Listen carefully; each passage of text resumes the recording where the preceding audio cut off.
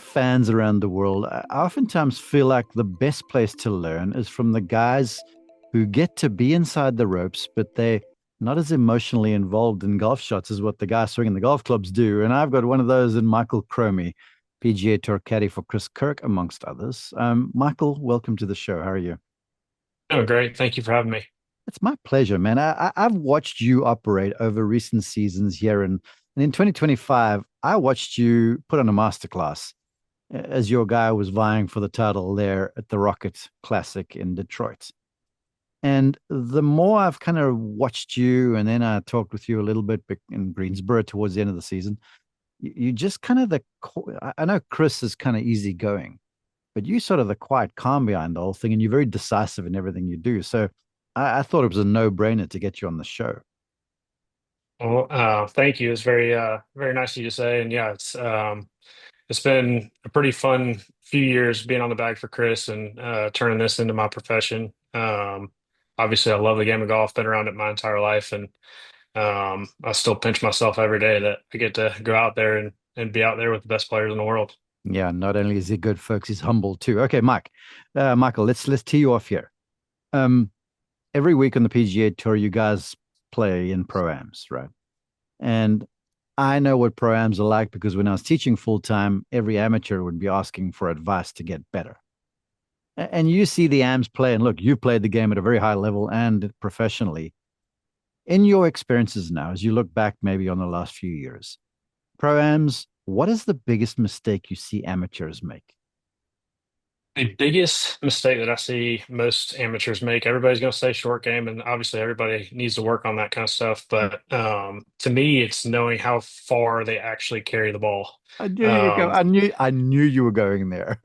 everybody thinks that they hit it further than they do. They go into their PGA Tour Superstore or wherever, and they go in there and they hit on the TrackMan and they see the total yardage, and they're like, "Oh, that's how far I hit it." Yeah. Well, that's not how far you carry it, and carry is all that matters when you're playing high level golf and knowing how far to cover something, how far to stay short of something. And you just take out so many hazards and you'll hit more greens if you actually know exactly how far you're flying it. I want to add to this because you said high level golf. I almost want to say that even as some sort of handicapped club player, if you know how far you carry your 7 iron and you can work off that, it's really going to help because It's massive. what people watching professional golf don't realize is it doesn't occur to them that most times you guys are playing to avoid stuff and not necessarily playing at something. You're standing on the tee and there's a bunker down the right. You're like, hey, that thing's a 235. We're going to try and get over or short of it. So it's not like trying to fit one down the middle of the fairway because you make targets wider that way if you know how far the ball goes, right?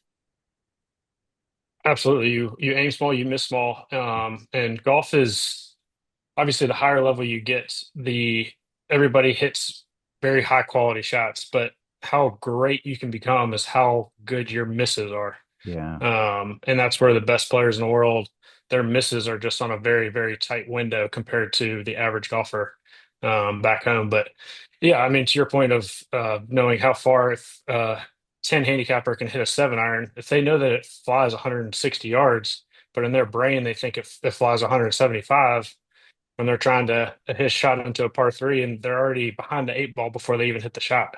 Yeah. Let's keep it here for a little bit because you got my brain going.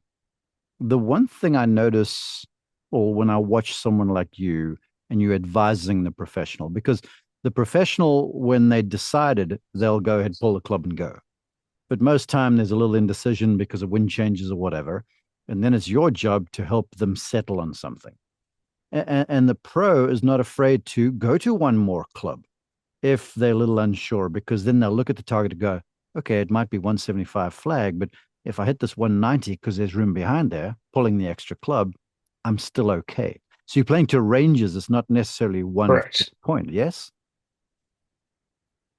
Absolutely. Absolutely. Yeah, like if we have a back flag and greens are firm and we know we have, let's say 180 yards, we only have five behind it, but greens are firm Mhm. and we need to fly something no more than 75. It's okay if we fly something 70 because it's still going to get back there, or vice versa. If it's a front flag and we need to fly it past the hole, it's okay to go ahead and do that.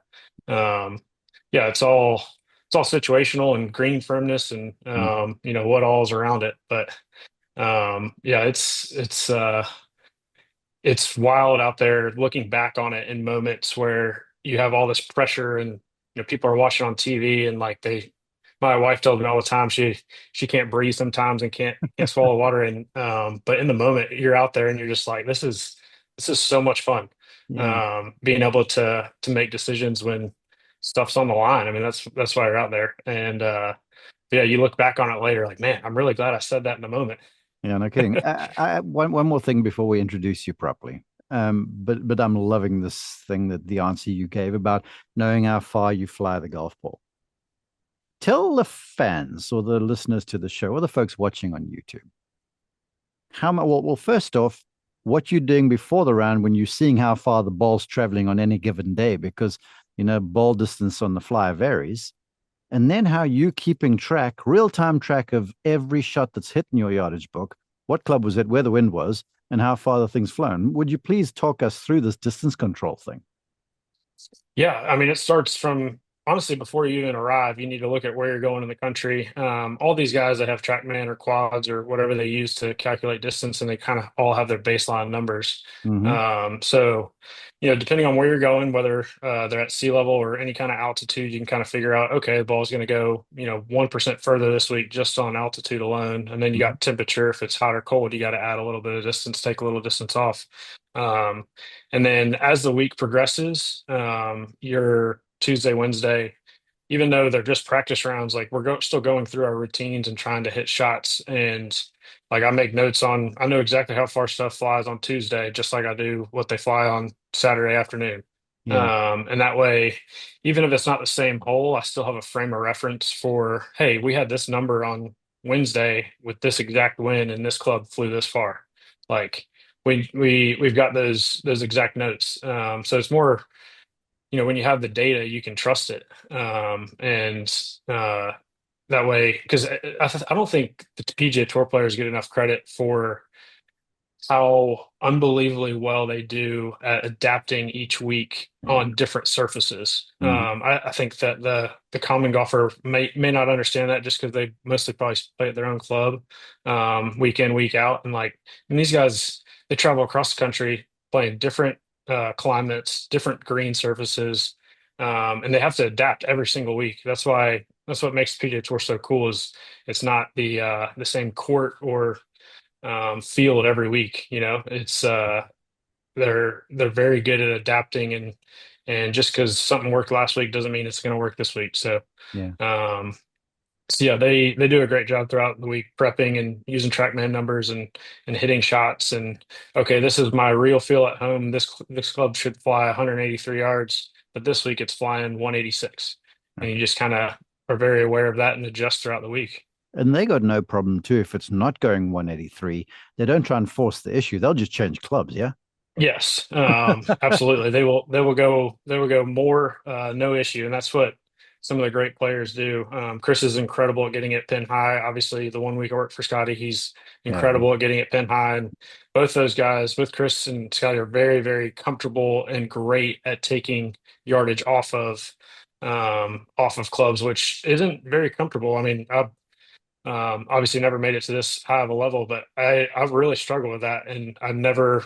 It's probably one of the main, not main reasons, but I couldn't make it out here because I wasn't great at distance control. I always wanted to hit it hard.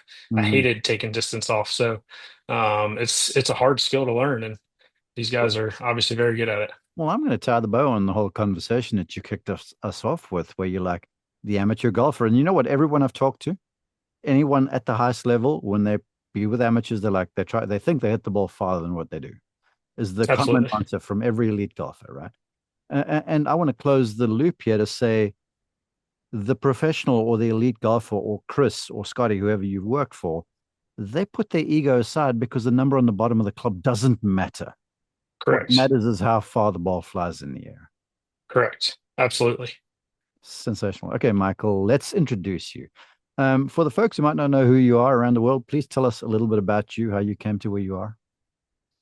So yeah, Michael Cromie grew up Raleigh, North Carolina. Went to Green Hope High School, which alma mater of Brendan Todd, another PGA Tour guy. We were a really good high school team and a bunch of D1 players that came out of there, and then was fortunate enough to go to the University of Georgia, where I became a little fish in a big pond and realized that I had a heck of a lot to get better at. But well, from day one, I was surrounded by like my freshman year. Russell Henley, Harris English, Hudson Swafford were all seniors. So I got to hang out with them. Keith Welcome Mitchell to was my roommate for welcome to all four college. years. Welcome to Yeah, college golf. Trying to slap you around the gills, huh? that'll wake you up really quick if you thought you were good. Um, so yeah, just surrounded by just incredible players throughout my entire high school and college career that, if you, I'm a big believer in if you surround yourself with people that are better than you, it makes you better and makes you work harder.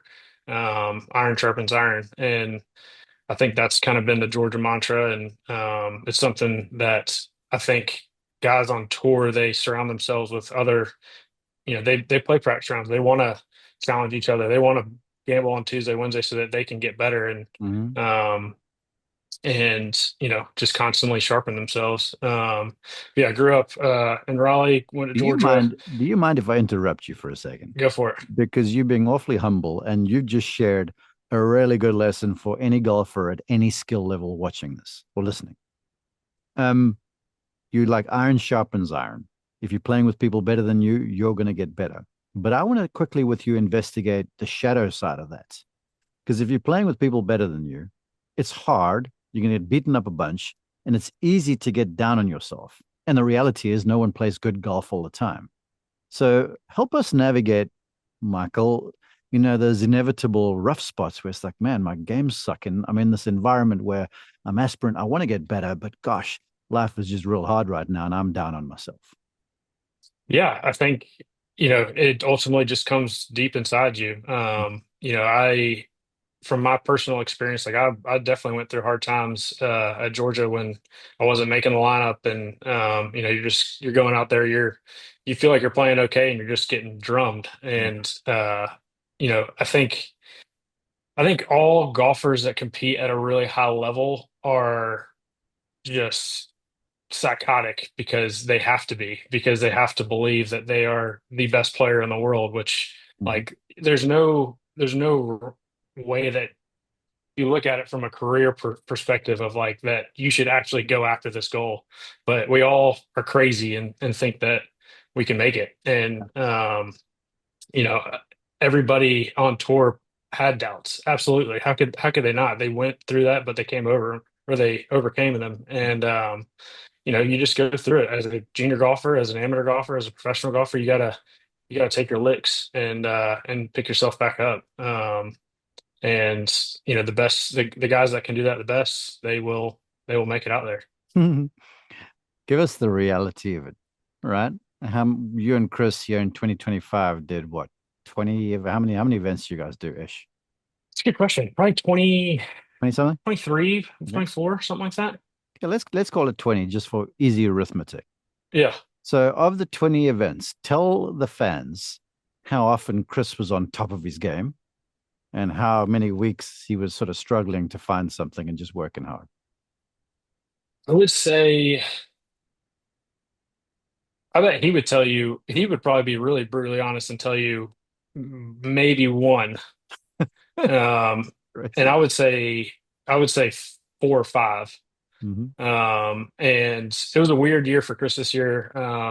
He's kind of like he's typically hot out of the gate where he starts out really fast with Hawaii and Florida swing and gets going. And then this year kind of struggled a lot earlier in the year. And we were going through it in the middle of May of trying to get things going and get his game going and Mm-hmm. try to make a run up the FedEx Cup. And it's something that I think in golf and in life, you're never as good as you think you are, and you're never as far off as you think you are. Yeah, preach, brother.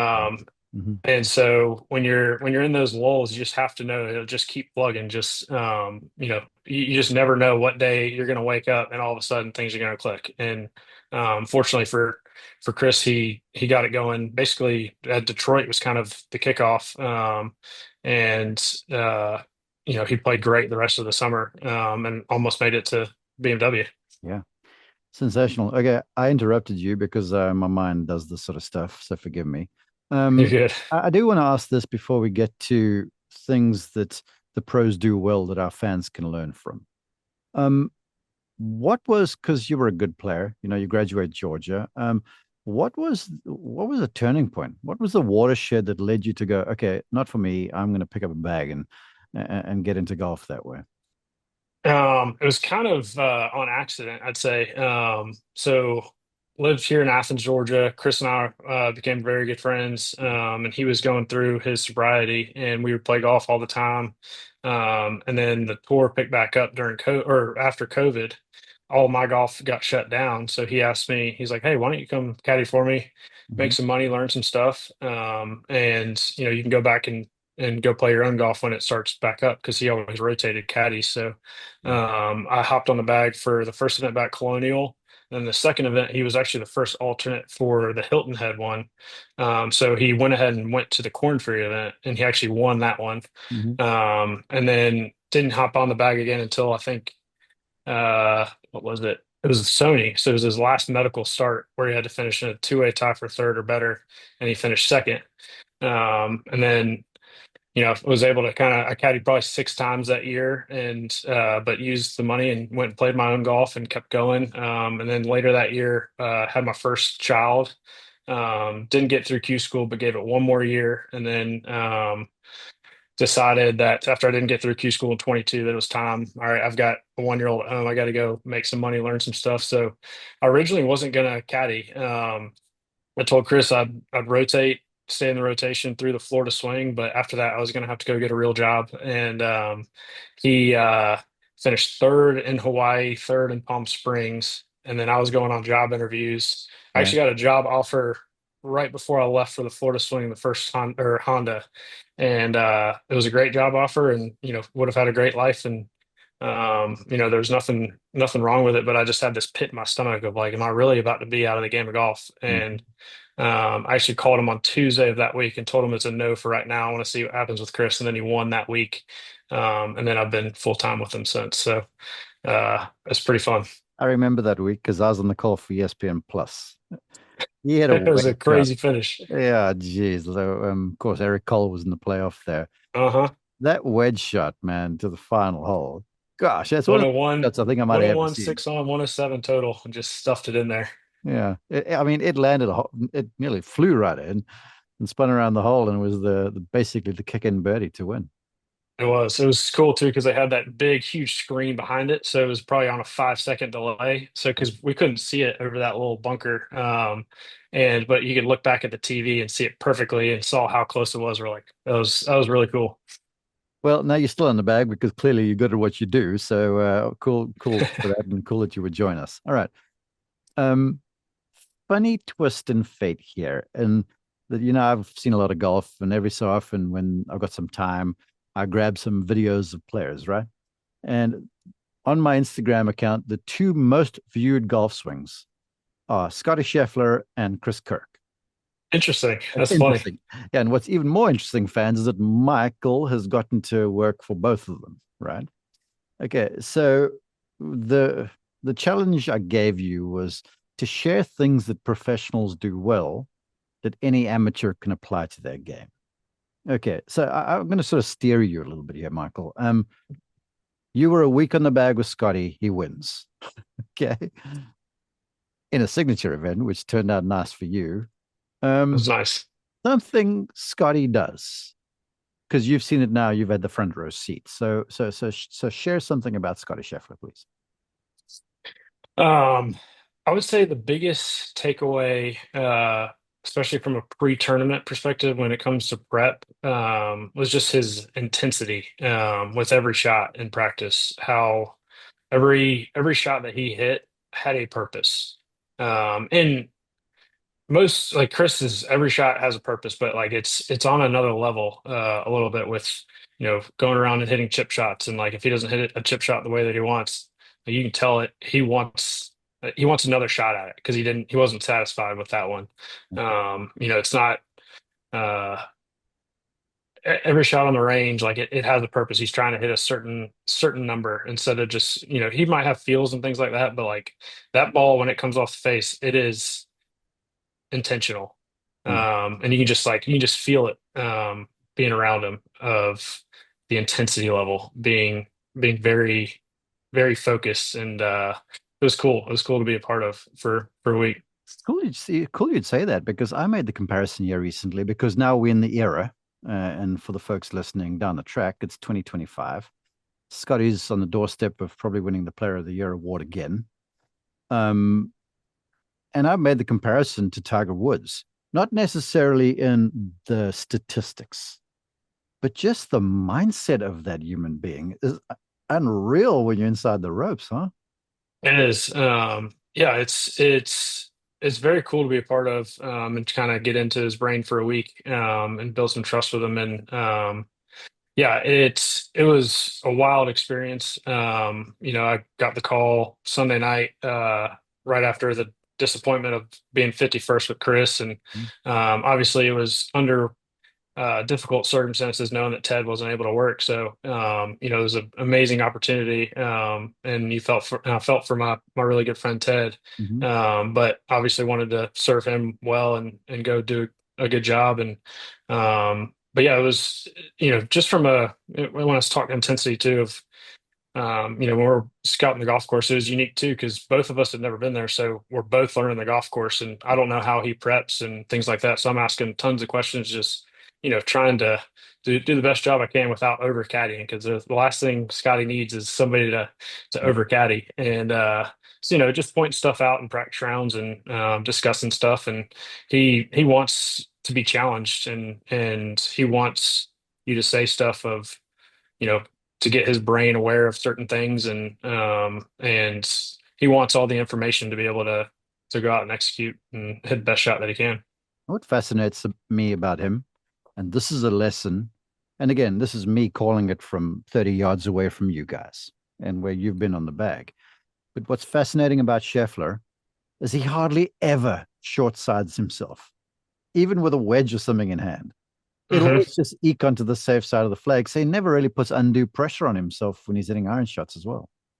I agree. And he everyone talks about his ball striking and how elite it is, and it's obviously ridiculous. But early in the week, I just couldn't believe how great his short game was, and I think it's just because nobody really talks about it. But Mm-hmm.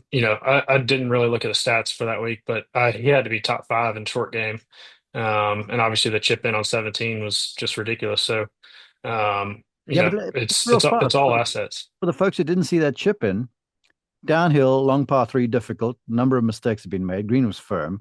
Water short and right. Scotty hits it long and left in the miss. So yeah, it wasn't an easy chip shot he holed, but there wasn't the disaster of the rinsed golf ball in the water on the 71st. Correct. And like, as far as prep goes, like he hit that chip shot and on Tuesday. Like we knew what it did. We couldn't keep it on the green on Tuesday. It was Really. so fast. So I mean, he knew exactly what it did. It wasn't blind luck that he knew what that ball was doing Mm, from a prep perspective. that's fantastic.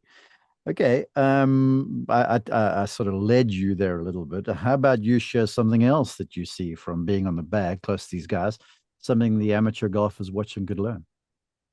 I think in this day and age with, you've got all these gadgets out there that you can buy on Amazon. You got all this information at your fingertips of trying stuff. I think the greats are very, very consistent in what they do day in, day out, where they have their routines, they trust what they're doing. They're not going to go and reinvent the wheel, try crazy new feels, and basically try something new every week if it doesn't work the previous week kind of thing. And I think the greats are very, very consistent with how they practice. And it's boring, but it's being disciplined. And when you're disciplined in practice, you're disciplined out on the golf course, you know what the ball is going to do. And if things get off, you know kind of how to get back to your baseline. Whereas A lot of guys, I mean, this was probably my biggest bugaboo. The second I saw some new thing on Amazon that I thought would help my golf swing, I'd buy that thing and, go try it on the range. And, I was never consistent, and it definitely hurt me. So I think guys that make it to that extremely high level, the reason that they stay up there is when they get off, they know how to get back to their zero, Yeah. which is a hard thing to do. I would almost add to that, in my experiences on the tour, the top level players, they know exactly who they are. And when they're taking insight from a caddy or a coach or whatever, it's like they're okay with saying no. Absolutely. Where the guys who are looking to become the top player, they got like rabbit ears and they're trying anything that's coming along. Like they watch that guy 100%. doing this, they try the same thing. 100%. I mean, Chris is the perfect example of that, of less is more. And that's kind of how I was able to start caddying for him. Is he trusts his instincts. Like he wants to trust his instincts. So it's, for me, my job is to bring his instincts out, Mhm. and so that he can trust it more. So I always kind of revert back to, all these guys are incredibly talented if they're out here already. So they know how to play golf. Like you don't need to over caddy these guys. You don't need to put information in their heads that they don't need to know. You're not going out there on a Tuesday, hey, we can't hit it over here. You know what I mean? Like they know what they're doing. Right. Um, so with Chris, it's all about, asking, all right, we've got our front number, got our hole, just asking simple questions like, okay, how far do you want to fly this? Greens are firm. We've got 175 to the hole. He comes up with the answer, 171. I said, perfect. All right, how far is that playing with this wind? It's going to be a 165 shot. Perfect. Go. It's him coming up with the answers that I ask the question on. And I've got my answers if he does want my opinion, but I try to get them to come up with the answers, them say it out loud, and that way it to me, if I'm putting numbers in their head, they might not own it, they might not trust it as much, and I think there's something to be said for trusting what you come up with, and it turns your brain on. No kidding. I'm asking you for your opinion on this. In like maybe it's my faith, but I believe that faith comes by hearing, right? And if you're hearing something, especially if you're saying it, or if you're speaking it because you've used the word intensity or intent with Scotty, Jordan Spieth, man, Michael Gurley just goes, yes, no, yes, yes, no, no.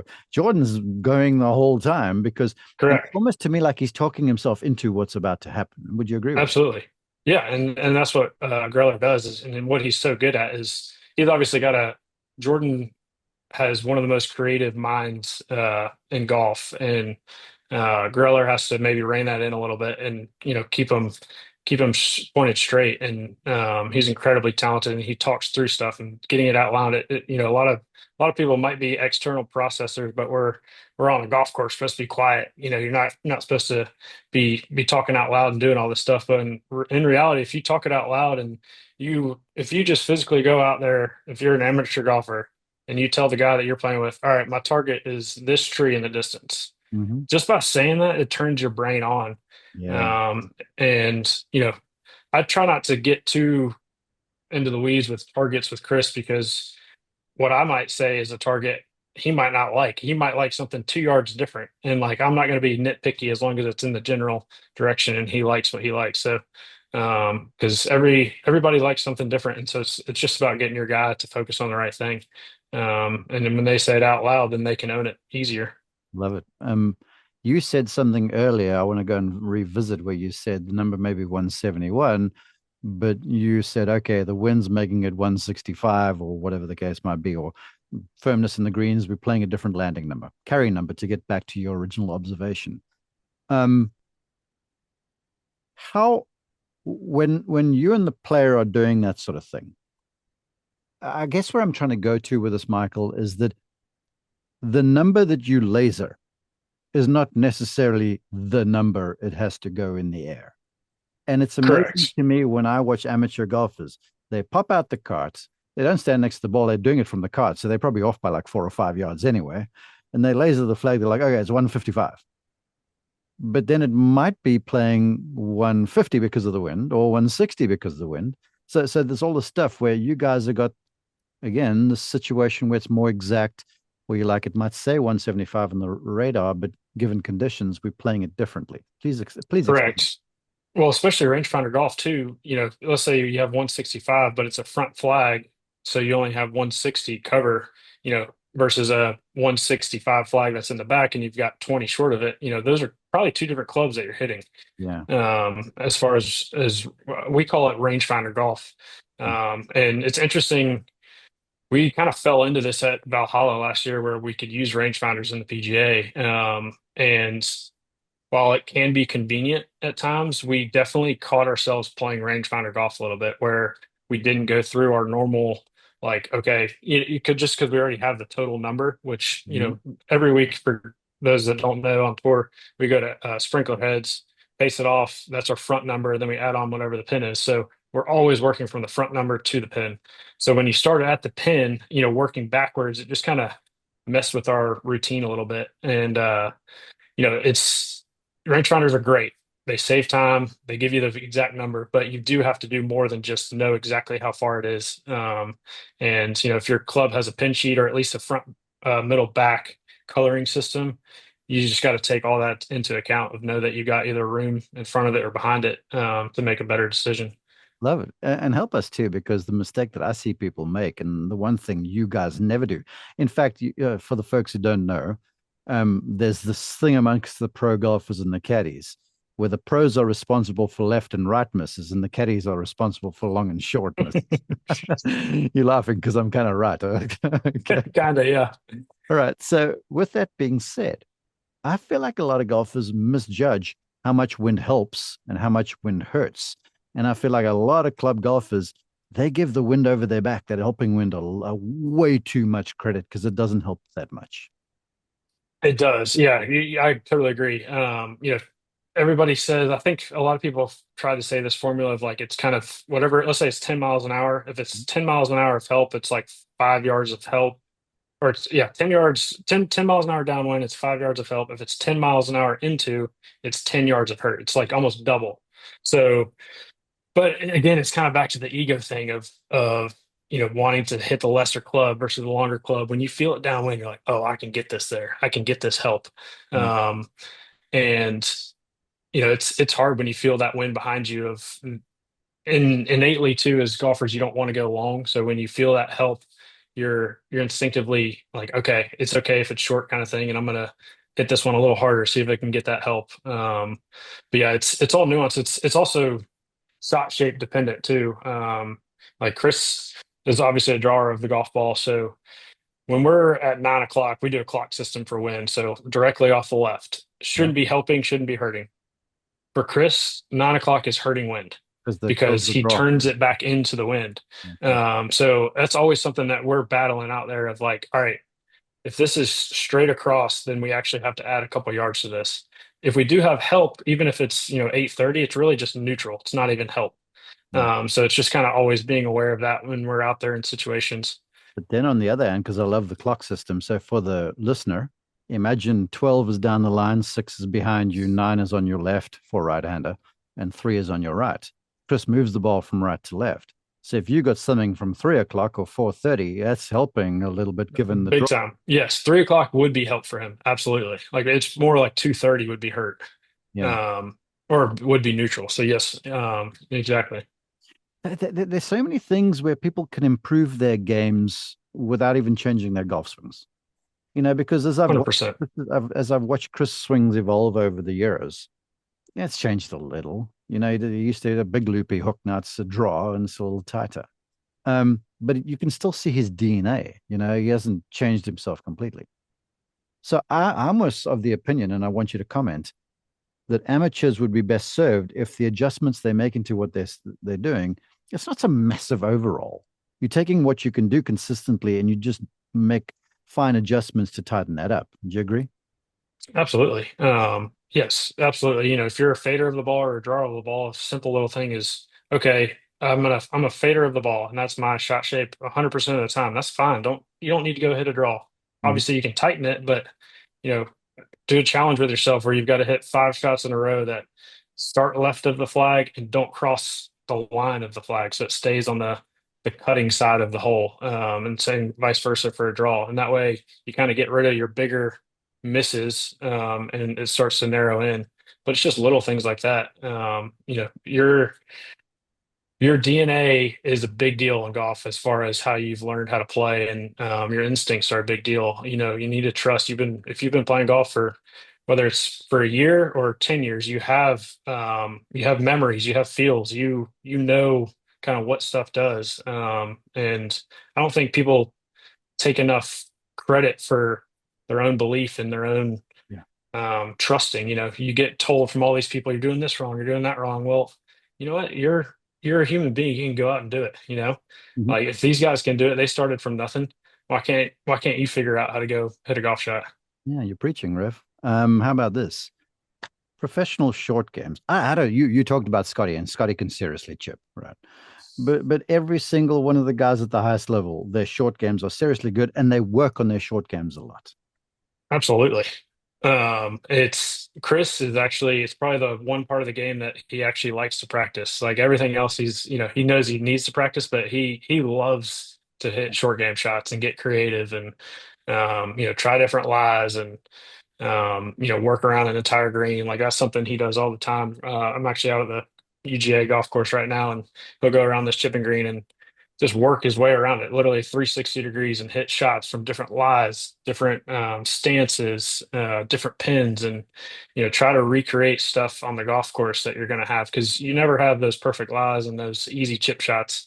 The only way that you can become a great short game player, in my opinion, is with variety and understanding what lies can do. When you get in the rough, you got to be able to read a lie. You only get how that ball is going to come out. You have to learn that through shots and shots and shots and figuring out, okay, this lie looks like it's into the grain. It's going to come out a little slower.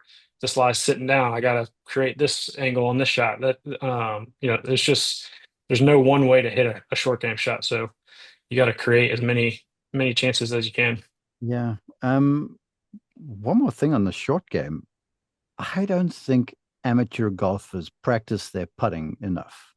Help them and tell them how much Chris and Scotty, and in fact everyone on the tour, how much time they spend on the putting green. A ton. I mean, if you've ever been to a tour event on a Wednesday pro-am day, I mean, it is impossible to find a spot. And it's not even because the amateur partners are there. It's because, you have either people warming up for the round or people that are going to be playing later and they're getting their work in now, and they're on the putting green, and because they know ultimately that is the decider coming down the stretch of what wins golf tournaments, and what can define careers. And yeah, it's wild how you'll be playing. I remember Cam Young vividly this year at Hilton Head. We played with him the first 2 days, and Chris was hitting it really, really solid, but wasn't making a ton. And Cam was hitting it uh, he was driving it great, but wasn't hitting many greens. And he was making everything, and it was unbelievable. And literally, as a playing partner, you're like, man, like if I could just get one of these putts to drop like Cam's putting, and then you look at it, and he's number one in strokes gained, he's beating you on the week, and you're like, man, I felt like I beat him by 2 or 3 shots each day. And you look up, and he's beating you. Mhm. That's why the Ryder Cup just happened, and you want to talk about being able to kind of flip the script and get under guys' skin. If you can, Yep. if you can be out of a hole but somehow tie a hole, it wears on you, and it gets under their skin, and ultimately you can take them down. And he made that sweet putt in the last hole to get the 1 point. Yes, it was wild looking at his putting stats this year. Because he was never you never really thought of him as a good putter. And then after Hilton Head, I looked at his putting stats for the year, and he's putted unbelievable this year. So whatever he's done has clearly worked. Well, he finally got the victory too on the heels of that putting you point out, at Yep, the championship. Okay, I've kept you for a long time. I appreciate your time. I do of want to course. I do want to ask you this though, because look, not every amateur golfer has the luxury of having a good warm up. All right. But I want you to walk because here's the reality. If you don't loosen up at least or hit a few shots, you can't expect greatness from T1. If it does, it's accidental. Agreed. Agreed. So help us walk us through what a pre-round routine is for Chris Kirk. 3 round routine is he will show up typically about 55 minutes, 50 minutes before his tee time. He'll show up on the putting green, and we'll have I'll have set up already a straight putt with either like a putting template. It's kind of like just a 6 foot straight putt, Mhm. trying to kind of get your bearings calibrated. So you calibrate. Get your face at the center of the hole. You might have a tee in the ground, make sure your arc's good. And they're doing this every You day, hit huh? And they're doing every day. this stuff every day. Yep. Every day. They don't overdo it though. That's the other thing too, is don't go out there and do it for an hour and sit on the same place and hit the same putt over and over. It's like, all right, this is a straight putt. My face is square. I'm hitting it in the middle of the hole. You're calibrated after 10 putts. So all right, now you're gonna go hit a bunch of variety of putts. Mhm. Um, so that's what he'll do. He'll start out with that 6 footer, and then he'll kind of work around the green. He'll do some short putts, do some mid length, do some lag. Then he'll grab his 60, head over to the short game area for about 10 minutes or so, and then arrive to the range, usually around 30 minutes prior. And then he'll just go through the bag. He goes 60, 56, pitching wedge, 8 iron, 6 iron, 4 iron, 5 wood, 3 wood driver. Every single time, all those even numbered clubs. And he probably During that hits. during that time, is he working hard in his golf swing, or is he just hitting golf balls and He's watching? getting loose. He's getting loose. He's getting loose.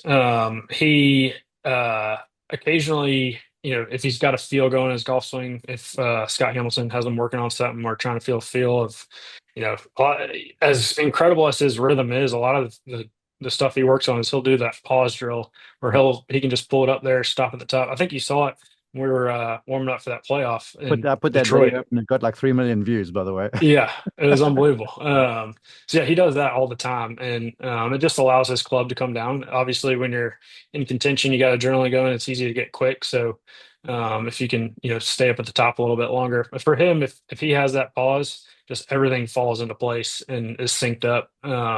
So he'll occasionally do that with some shorter clubs, but it's 6 to 8 balls with each club, I'd say at most. And it's strictly just getting loose. And then, as you get into the longer clubs, he might try to, his first driver, he's typically just a normal swing. And then as he gets into the second, third, fourth driver, he might try to kind of ramp up the speed a little bit just to really get loose. And then for the last one or two, he'll dial it back down to normal. But that way he's got his speed up there. So yeah, it's not anything crazy. It's not this 2 hour long crazy thing. And it's like I said earlier, it's super consistent. It's the exact same every week.